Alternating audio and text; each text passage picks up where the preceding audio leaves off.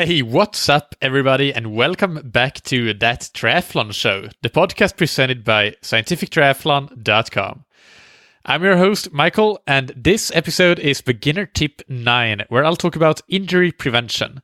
This is a topic that was requested by Dean Profis in the United States, who wrote me an email that said, I may have mentioned this before, but I think a beginner tip episode on injury prevention would be useful.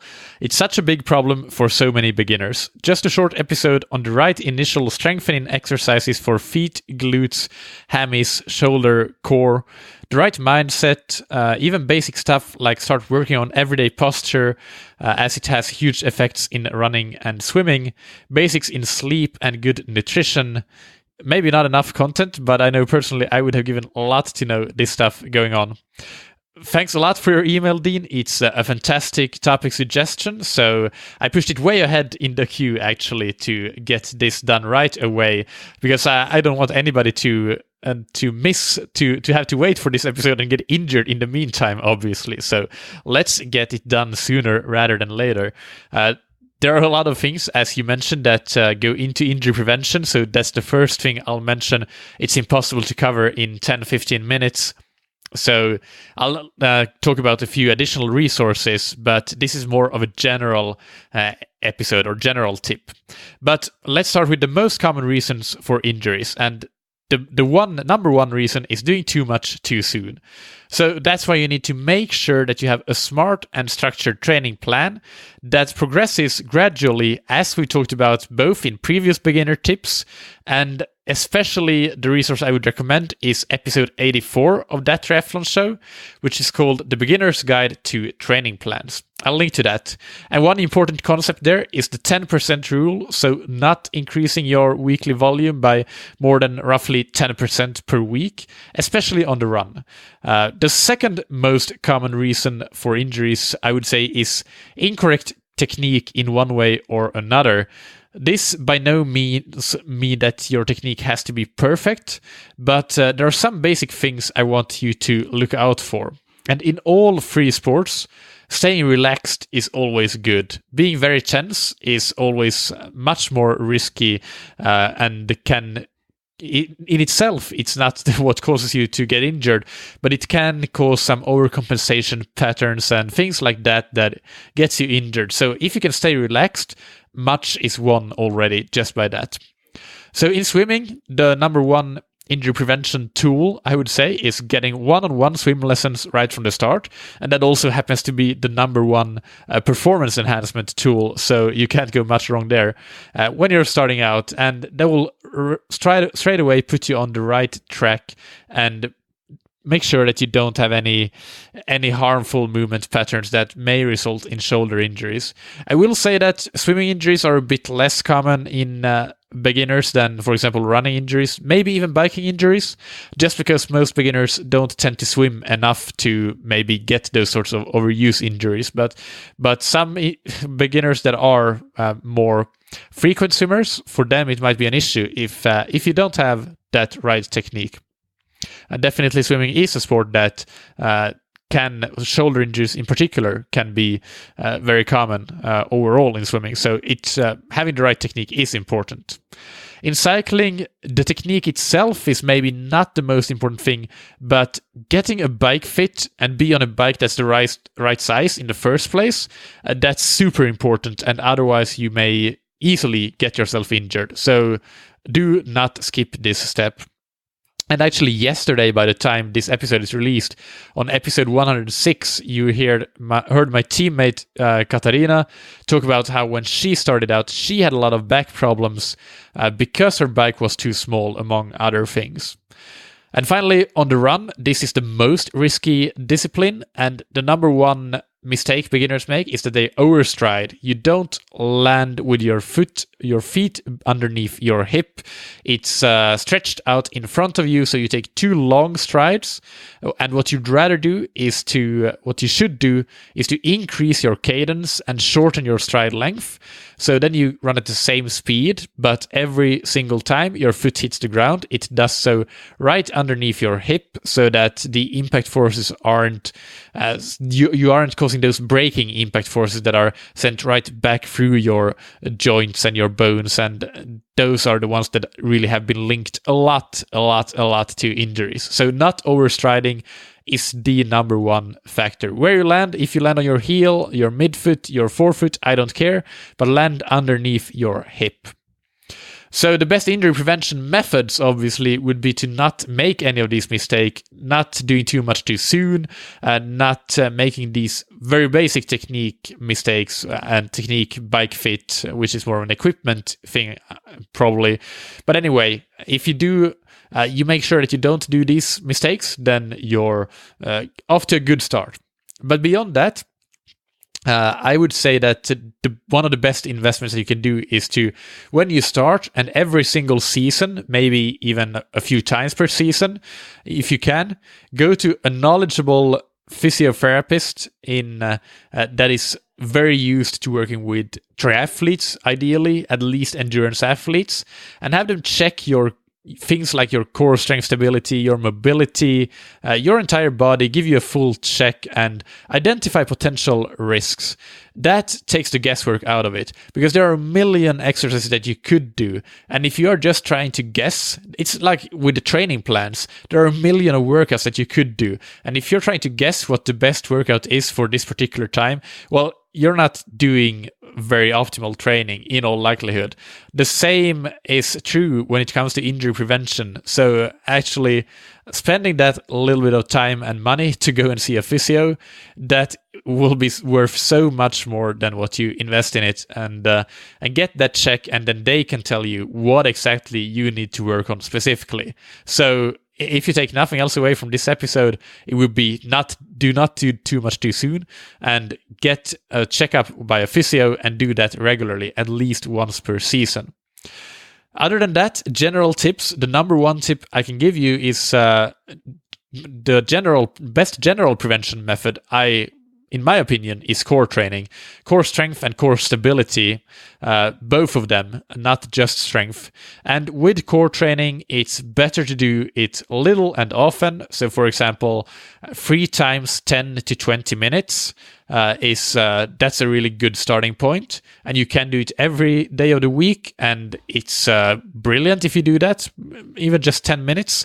What's not so good is if you try to do 1 hour just once per week. It's not going to be as effective as doing those 3 times 10 to 20 minutes. So that's really important, because that will help you, especially as you tire later on in workouts. You will still be able to maintain postural integrity, maintain form better, maintain technique. So that core strength, core stability is what will allow you to do that, which will reduce the risk for overuse, overcompensation, injuries. With your core exercises in general, unless you have other suggestions, other prescriptions from your physio, what I suggest is that you focus on your glutes, your hips, and your pelvic stability, some back training and some abdominal, but definitely it's not going to be a six-pack training program that you're going to be on. It's going to be more glute and hip centric. And when you start out, doing just simple workouts that you can do correctly is the best way to go. So Dean, I'm actually not going to give you specific tips for exercises. I'm just going to tell people to go to scientifictriathlon.com/triathlon-strength-training, and you can check out my free core training routines right there. But I'll link to that in the episode description as well. But in general, like those glutes, hips, and pelvic stability is if what you want to focus on, doing workouts that you can manage to do with great form, not doing too difficult workouts that you don't do with great form. But when you get the hang of it, I think that dynamic exercises are the best, really, because they most effectively mimic, for example, running, where you are not static, you are dynamic. So what I mean by this is that, for example, a plank circle where you alternate lifting one leg, the other leg, one arm, and the other arm is better than doing just a static plank. Mobility is another thing in addition to core. If your range of motion is insufficient, this is something that I'm frankly not knowledgeable enough to talk about in detail. You should get that as part of your physio checkup. Do you have range of motion issues, other mobility issues that you need to sort out? Then you need to integrate them into your plan. But I don't think that you can say that there's any one mobility exercise that everybody should do. So, but that's something that you need to check with for you individually. Other supplementary strength and conditioning, like, for example, you mentioned feet and lower legs, that can be very important, especially if you have an injury issues. If you have had injury issues in the past in your history. I don't know what I was trying to say there. But anyway, those things can include things like towel grabs. So just sitting on a chair and grabbing a towel with your toes. Things like walking on your heels. Things like using elastic bands to and use your foot strength to move that band back and forth in different directions. Those sorts of things. Again, get a specific program for you based on by your physio. I'm not sure that everybody needs to do this thing very regularly, not the same with core training, but definitely I think it's more useful for everybody than mobility. So it might be worth it, to be honest. And I do this sort of like lower leg feet exercises once per week, roughly. Stretching, I would say the jury is out on this. It hasn't really been linked frequently to injury prevention in research studies. If it's part of a plan to address mobility issues, sure, go ahead. But flexibility for flexibility's sake isn't useful, neither from performance or injury prevention standpoints. So your time might be better spent doing things like core training. On the other hand, foam rolling or even rolling on a tennis ball or lacrosse ball, that can be very useful. And especially if you find that you have like sore spots, very tight spots in your muscles, like in your quads, for example. Often these are called trigger points. So what you want to do then is to take a tennis ball and just roll on that specific spot, roll back and forth for a few minutes, and then repeat that maybe a couple of times per day, and every day of the week, basically, until you get that sore spot to disappear. And then you basically nip the problem in the bud, and before it gets any worse. So, and something that you mentioned also, which is good, the posture in everyday life. And I'll mention this: chairs. Get rid of that office chair with a cushy back support and use a stool instead. There's more coming up about this in episodes 110 and 111, so stay tuned for that. But get rid of that cushy office chair and get a stool instead. And move in that stool regularly when you sit and work, and move out of it as well regularly if you can. Sleep and nutrition, yes, these are super important, but I'll leave it at that and refer you to some other episodes. Number 52, Sleep, Recovery and Performance with Shauna Halson. Episode 100, Nutrition Before, During and After Workouts. And episodes 94 and 95, Triathlon Nutrition, Calories, Carbs, Fats and Proteins, Parts 1 and 2. And that's about it. All those resources will be linked to in the show notes.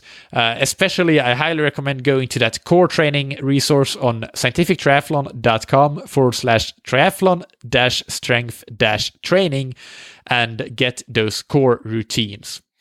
If you have questions like Dean had, send them to me on michael@scientifictriathlon.com so I can answer them on a future beginner tip episode. In next Friday's beginner tip episode, you'll hear about training for older athletes, for masters athletes. What do you need to consider? Thank you so much for all the positive feedback that has been coming in. By the way, I really, really appreciate all those emails and tweets. If I can ask for a small favor, it would be to also go and rate and review the podcast in iTunes. Somebody who did that is G. Heverington from the UK, who writes, "Beginner tips 5 stars. Beginner tips are a great help, straight to the point and succinct. No messing about, great useful help immediately. I also love the longer podcast that see me through some of my gym, bike and run sessions. Keep up the good work. What you do is fantastic. Thank you so much, G. Heverington. I'd really like to see more reviews coming in like this. An honest review. If you want to rate it 5 stars, that's of course amazing. It helps the show grow and rank better in iTunes, which both help me get better guests for the podcast, for the interviews, and very importantly, it helps convince sponsors to keep supporting the show.